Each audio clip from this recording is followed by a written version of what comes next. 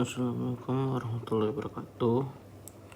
Pada soal nomor 1 diketahui titik A 2,-1 kemudian digeser 6 satuan ke kanan dan 3 satuan ke atas. Oke, untuk pergeseran ini terbagi jadi 4 ya. Kalau pergeserannya adalah ke kanan, maka nanti X-nya bertambah. Kalau gesernya ke arah kiri, maka nanti X-nya akan berkurang. Jika ke atas, maka Y-nya bertambah. Sedangkan kalau ke bawah, Y-nya berkurang. Dan untuk titik itu awalnya adalah X, Y.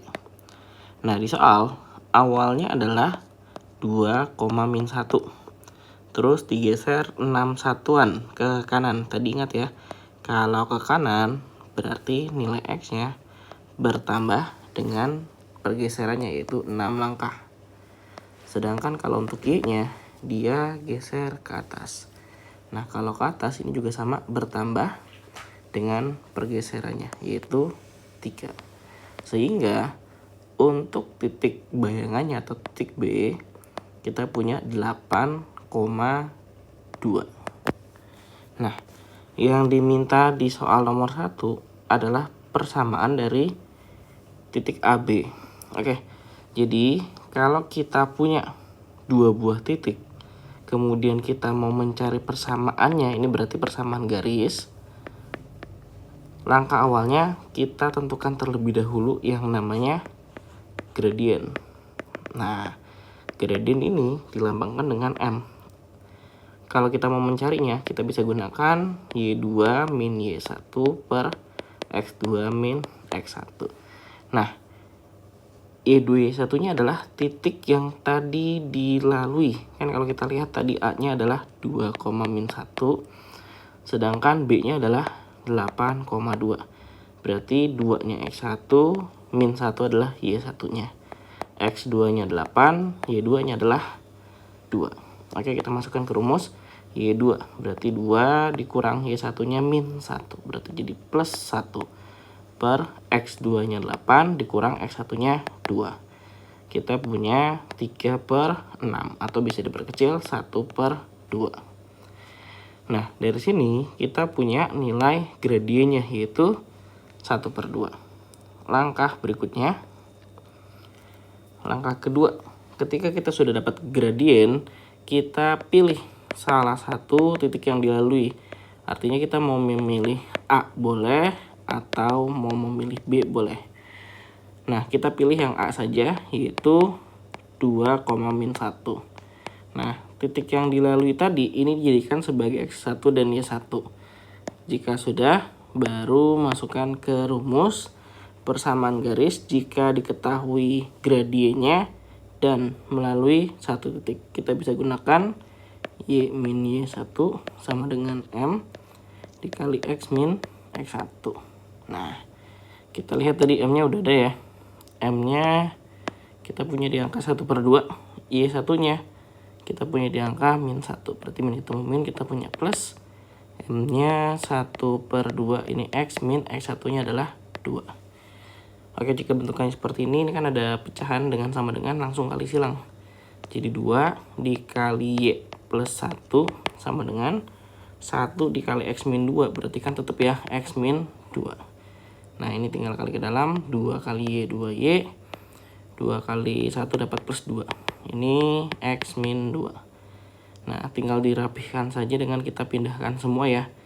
Jadi, X-nya tetap, 2Y-nya pindah jadi minus 2Y.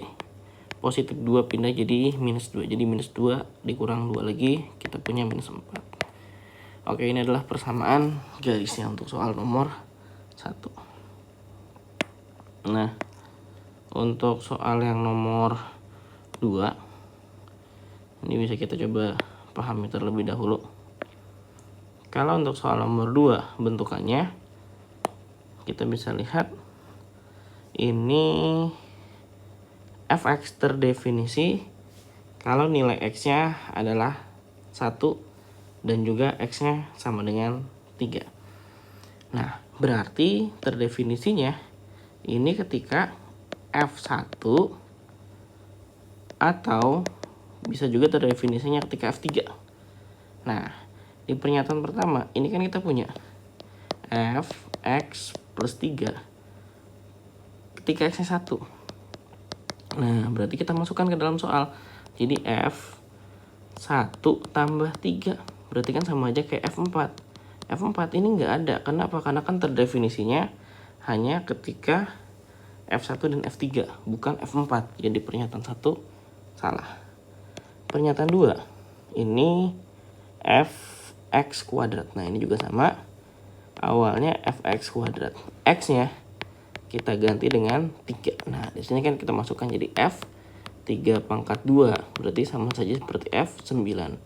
Ini juga salah karena tidak ada F9 ya, adanya F1 ataupun F3 saja. Lanjut pernyataan nomor 3, F2 min X. Ini X-nya sama dengan min 1. Oke, kalau kita masukkan berarti F2 dikurang min 1. Min ketemu min kan kita punya plus ya. Jadi kita punya F3. Nah, ini ada nih F3. Berarti pernyataan nomor 3 saja yang pas. Oke, kita sambung untuk soal nomor 3. Nah, di soal nomor 3 ini A-nya adalah ganjil. Untuk B-nya ini adalah genap. Manakah dari keempat pernyataan berikut yang bernilai benar? Oke, pernyataan 1, 3 kali A kuadrat plus A kali B dikurang A. Apakah benar ini adalah bilangan genap? Oke, cara nentuinya, ini kan A-nya ganjil. Ganjil kalau dipangkatkan 2, berarti mau 1 pangkat 2, 3 pangkat 2, 5 pangkat 2. Hasilnya tetap ya ganjil. 1 pangkat 2, 1 ganjil. 3 pangkat 2, 9 ganjil. 5 pangkat 2, 25 juga ganjil. Jadi berapapun dipangkatkan 2 hasilnya tetap ganjil. Kalau yang B ini kan genap. Genap kalau dipangkatkan 2, contohnya kayak 2 pangkat 2, 4. Terus 4 pangkat 2, 16. Artinya berapapun kalau bilangan genap dipangkatkan 2 hasilnya tetap genap. Oke, sekarang kita coba yang pernyataan 1. Ini 3-nya adalah ganjil.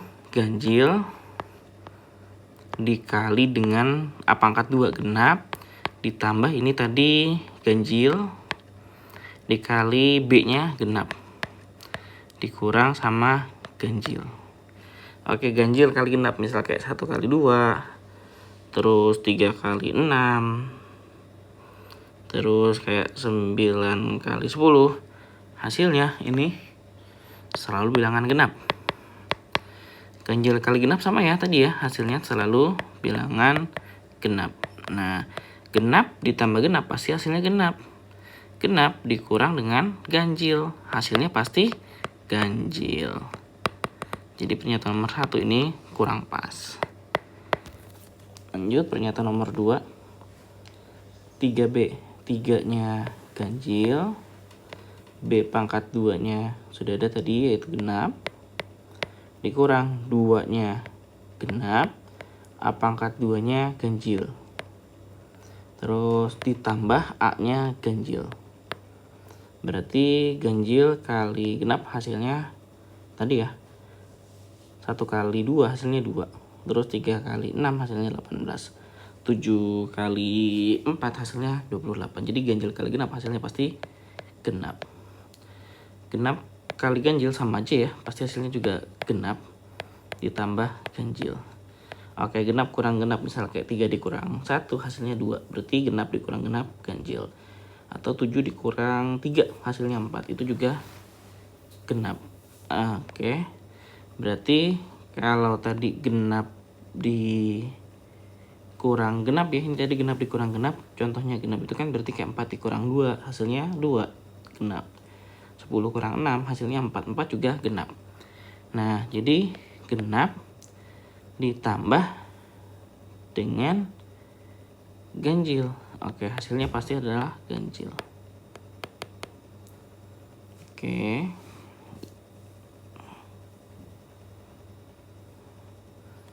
Berarti ini pernyataan nomor 2 juga salah karena bukan genap ya.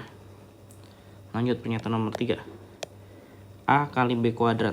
A-nya ganjil dikali B kuadratnya adalah genap dikurang A-nya ganjil dikali B-nya adalah genap ditambah 3A. 3-nya ganjil kali ganjil kali ganjil kayak 1 kali 3 hasilnya 3, berarti ganjil lagi. 5 kali 7 hasil 35, ganjil lagi. Jadi ganjil kali ganjil hasilnya pasti ganjil. Oke, ganjil kali genap tadi ya hasilnya kayak 1 kali 2 hasilnya 2, berarti genap. Atau 3 kali 4 hasilnya 12, jadi ganjil kali genap hasilnya genap. Genap dikurang genap ditambah ganjil. Genap kurang genap tadi hasilnya tetap genap. Genap ditambah ganjil pasti hasilnya adalah ganjil. Oke, berarti pernyataan nomor 3 benar. Pernyataan yang keempat, 3-nya ganjil A kuadrat, berarti ganjil kali ganjil 1 kali 3 kali 5 15, berarti ganjil kali ganjil tetap ganjil. Dikurang 2-nya genap, A pangkat 2-nya ganjil. Oke, genap kali ganjil contohnya kayak 2 kali 3 hasilnya 6 atau 4 kali 9 hasilnya 36, berarti genap kali ganjil hasilnya pasti genap. Dan ditambah 4 genap dikali A-nya ganjil, genap kali ganjil pasti hasilnya kayak 2 kali 1 2, 4 kali 3 12, pasti hasilnya juga genap. Oke, jadi ganjil kalau dikurangin genap contohnya kayak 9 dikurang 2 tetap 7 ya, tetap genap. Terus kayak 11 kurang 6 5 tetap ganjil. Jadi ganjil dikurang genap hasilnya ganjil. Ganjil ditambah genap contohnya kayak 1 tambah 2 tetap 3 kan, tetap ganjil. Jadi pernyataan nomor 4 ini juga benar. Oke, lanjut untuk yang soal nomor 4, grafik fungsi kuadrat. Oke, sebelumnya untuk soal nomor 4 kenali terlebih dahulu bentuknya itu adalah fx sama dengan ax kuadrat plus bx plus c. Nah, kalau yang diminta adalah sumbu simetri, oke, sumbu simetri, berarti bisa kita gunakan cara yaitu X sama dengan min B per 2A. Nah, berarti nomor 4 kita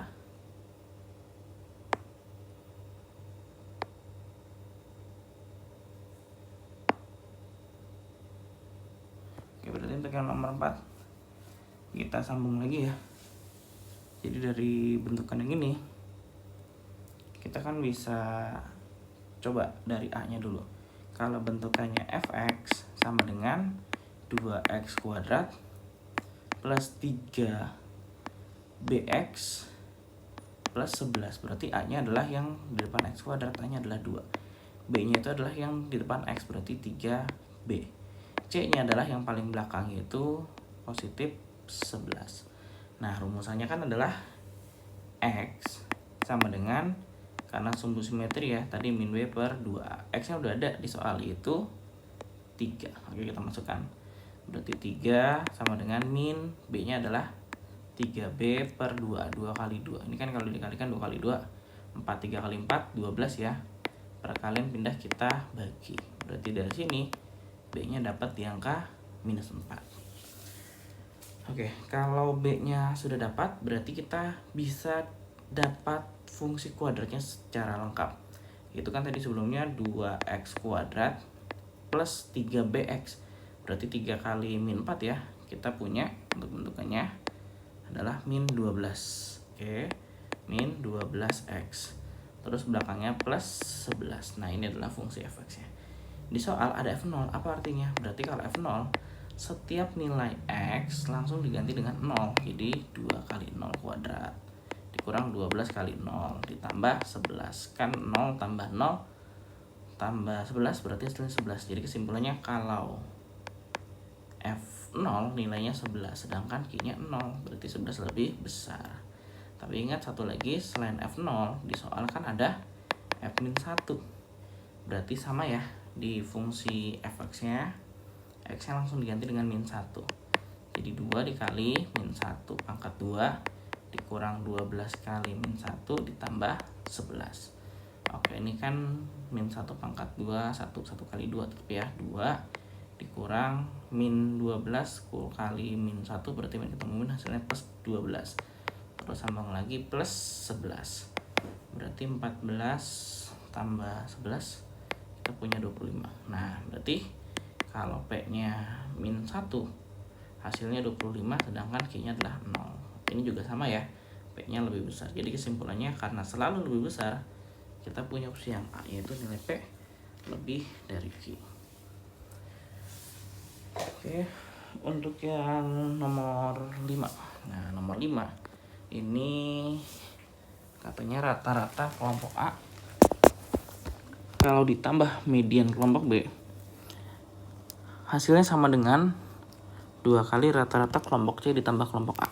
Oke, berarti kita ikuti berdasarkan kalimat rata-rata kelompok A.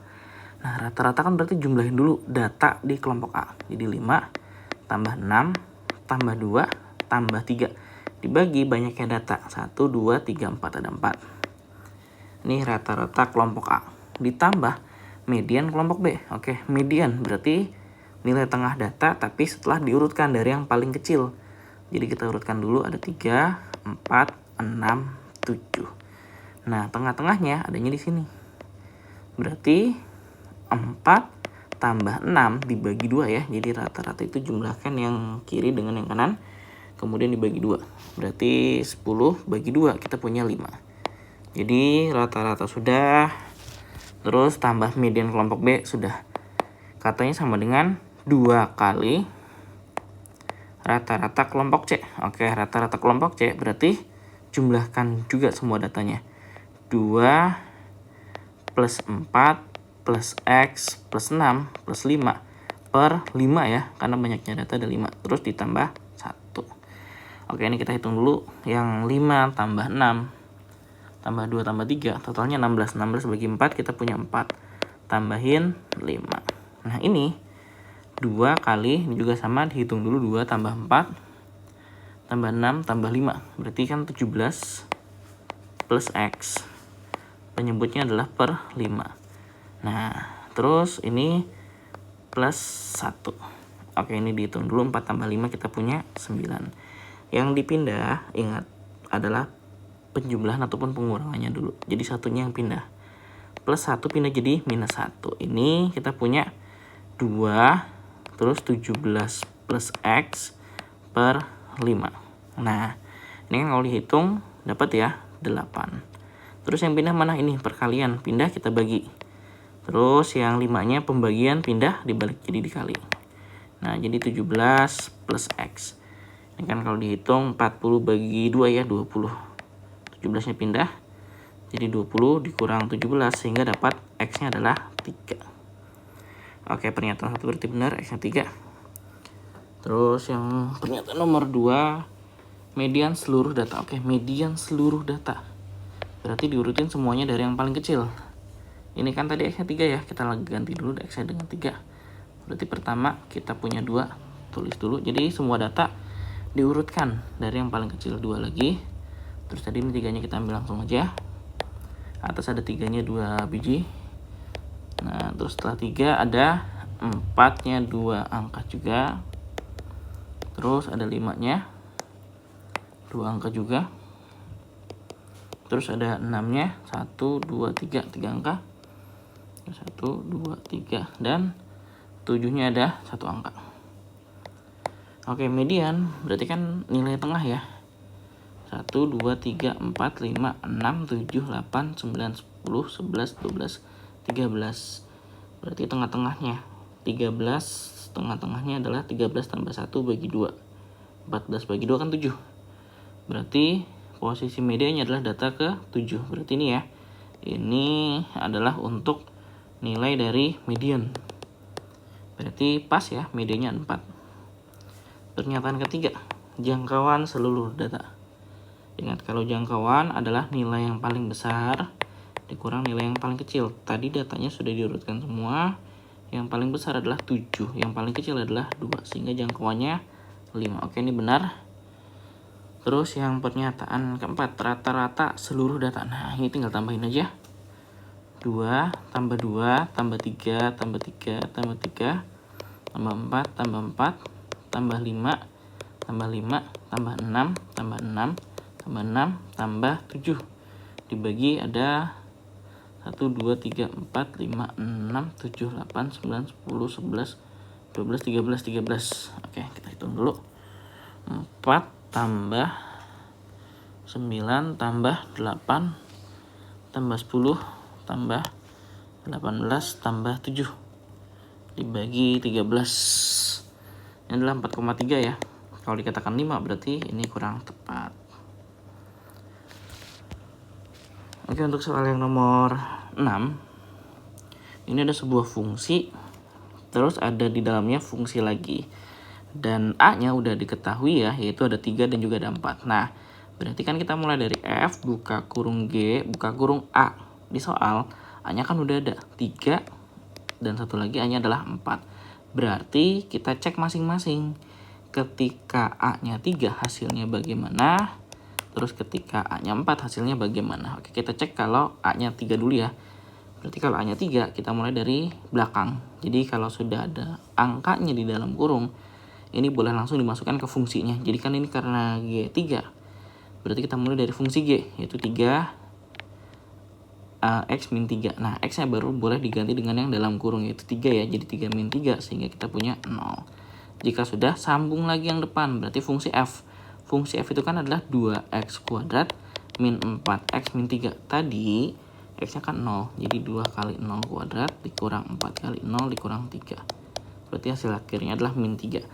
Nah, P-nya min 3, Q-nya adalah 1. Berarti P-nya lebih kecil. Cek satu lagi ya, ketika G4. Berarti mulainya sama dari belakang dulu, yaitu fungsi G ketika X-nya diganti dengan 4. Jadi yang awalnya X min 3, X-nya ganti 4 min 3. Berarti kan hasilnya 1. Sambung ke yang depan, jadi F1. Fungsi F-nya udah ada 2X kuadrat min 4X min 3. Nah, tadi kan X-nya 1 ya, jadi kita ganti 2 kali 1 pangkat 2 dikurang 4 kali 1 dikurang 3. Berarti 2 min 4 min 3. 2 dikurang 4 kita punya min 2. Min 2 dikurang 3 kita punya min 5. Jadi P-nya min 5, Q-nya adalah 1. P-nya lebih kecil. Nah, ini lebih kecil terus. Jadi kesimpulan akhirnya adalah P-nya kurang dari Q. Oke, 27. Nah, ini adalah bentuk sederhana dari logaritma. Diingat kembali, kalau logaritma itu ketika kita punya A pangkat B sama dengan C. Jika kita ingin rubah jadi bentuk logaritma, maka akan menjadi A log C sama dengan B.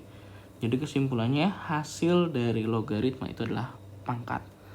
Ini kan 2 log X kita belum tahu ya, karena X-nya harus dicari. Terus yang 3 log 27 tadi, hasil logaritma itu kan adalah pangkat. Berarti secara nggak langsung kita cari 3 dipangkatkan berapa biar jadi 27. 3 pangkat 1, 3 pangkat 2, 3 pangkat 3 ya. Kan 3 pangkat 3 kan 27. Jadi 3 log 27 hasilnya 3. Nah, dari sini pindahin. Jadi kita punya 2 log X sama dengan 2 min 3. 2 log X sama dengan 2 dikurang 3. Berarti kan hasilnya min 1. Oke, gunakan sifat yang sebelumnya. Ini. Kalau mau dirubah ke pangkat, bisa. Jadi depan, pangkat yang belakang hasilnya adalah yang tengah. Jadi 2 pangkat min 1. Jangan lupa. Kalau A pangkat min N, hasilnya adalah 1 per A pangkat N. Ini kan kalau 2 pangkat 1, 2. Kalau 2 pangkat min 1, jadi 1 per 2 adalah nilai dari X-nya. Berarti P-nya 1 per 2, Q-nya adalah 1. P-nya lebih kecil ya daripada Q.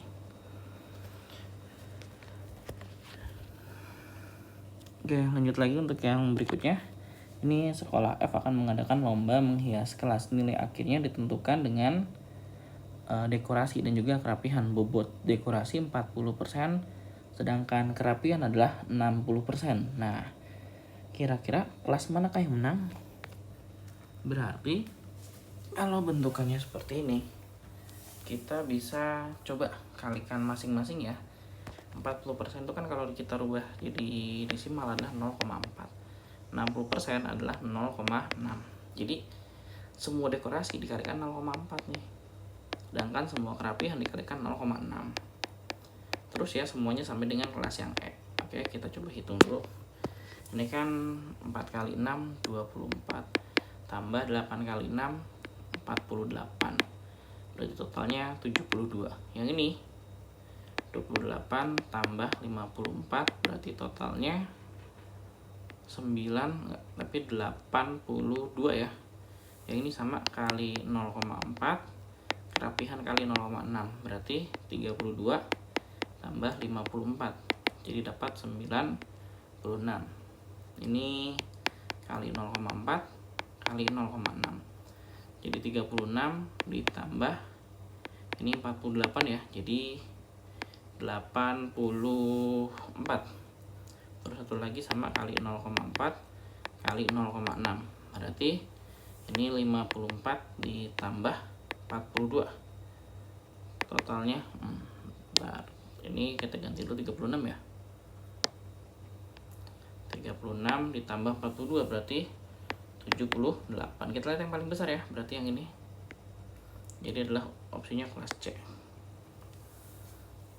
Oke, untuk yang bawahnya jarak antara dua titik.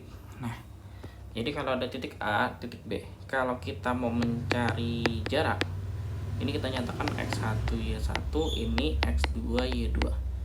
Jarak antara dua titik, jangan lupa kita langsung ingat saja rumusnya. X1 min X2 kuadrat, terus min ya, akar kuadrat. Sebentar ini nggak muat. Oke, kita ingat kembali untuk jarak kita singkat aja J. Akar kuadrat X1 min X2 kuadrat terus plus ya Y1 min Y2 kuadrat. Oke, kita masukkan berarti min 2 dikurang 3 kuadrat ditambah 7 dikurang 1 kuadrat. Ini kan 5 pangkat 2 ya, 25. 7 dikurang 1, 6 pangkat 2, 36. Berarti totalnya adalah akar dari 21 tambah 36. Kita punya di angka 61. Oke, lanjut lagi soal yang terakhir. Jika K adalah bilangan asli yang habis dibagi 3, 4, sama 6, maka berapa kakak? Oke, jadi kalau habis dibagi dengan 3, 5, 6, cara nggak langsung ini nyariin KPK. Nah, KPK pokoknya kalau ada angka prima, 3 sama 5 kan prima, jadi nggak usah dicari lagi. Yang perlu dicari adalah si 6-nya. 6 itu kan kalau faktor primanya adalah 2 sama 3. Jadi 6-nya dirubah dulu jadi 2 kali 3. Nah, ini yang kita lihat.